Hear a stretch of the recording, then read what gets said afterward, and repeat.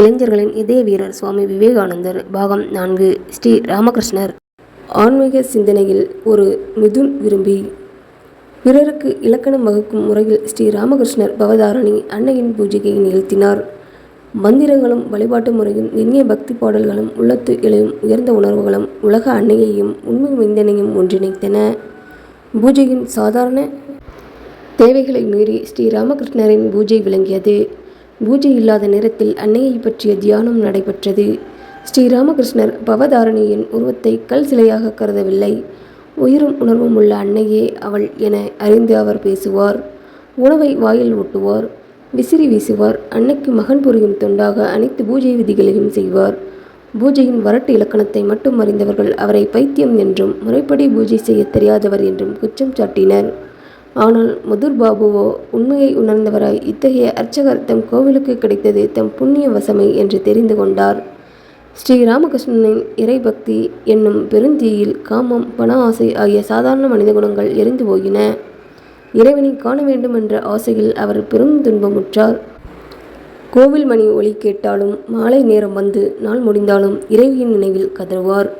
ஓ அம்மா, குறுகிய வாழ்வில் இன்னும் ஒரு நாள் கழிந்துவிட்டதே, நீ எனக்கு இன்னும் காட்சி கொடுக்கவில்லையே என்று கதறுவார்.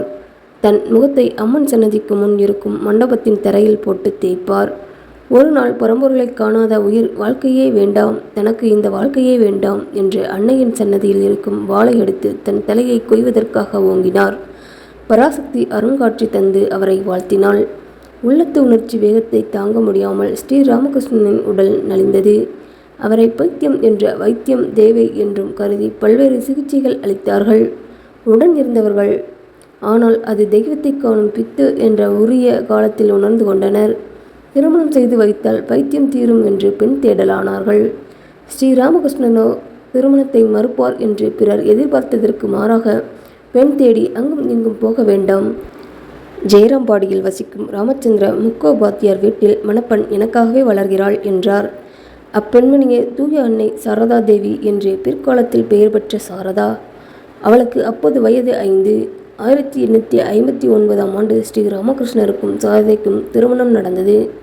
1872 முதல் ஸ்ரீ ராமகிருஷ்ணர் உடலை விட்டு செல்லும் வரை சாரதா தேவி தொடர்ந்து ஸ்ரீ ராமகிருஷ்ணனுடன் தங்கி அவருக்கு பணிவிடை புரிந்தார்.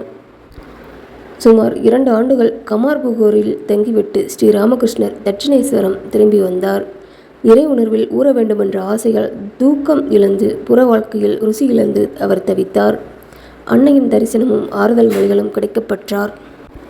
மதுர் பாபுவுக்கு அன்னை காளியாகவும் சிவன் உருவத்தில் தரிசனம் தந்தார் ஸ்ரீ ராமகிருஷ்ணர்.